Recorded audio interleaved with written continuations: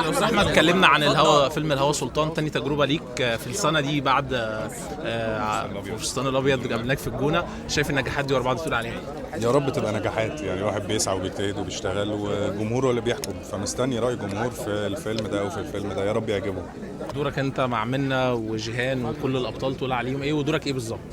بعمل دور دكتور رامي، ده شخص ناجح وطموح وموهوب وبيسعى ان هو يطور من نفسه دايما، واستمتعت جدا بالشغل مع منة وداوود وجيهان وهبة يسري المخرجة والمؤلفة. استمتعت بالشغل جدا في الفيلم. ايه الصعوبات اللي واجهتكم في تحديد الفيلم؟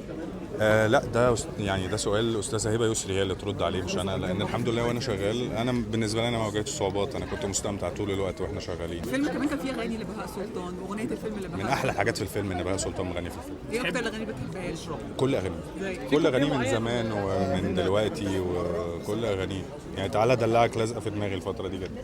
في كوبليه معلق معاك مع الاغنيه؟ نظراتك هنا في الاغنيه دي دلوقتي اول جمله من الاغنيه رائعه عظيمه يعني. انا من غيرك اتوه توهان، تحفه، كلام رائع رائع رائع رائع يعني.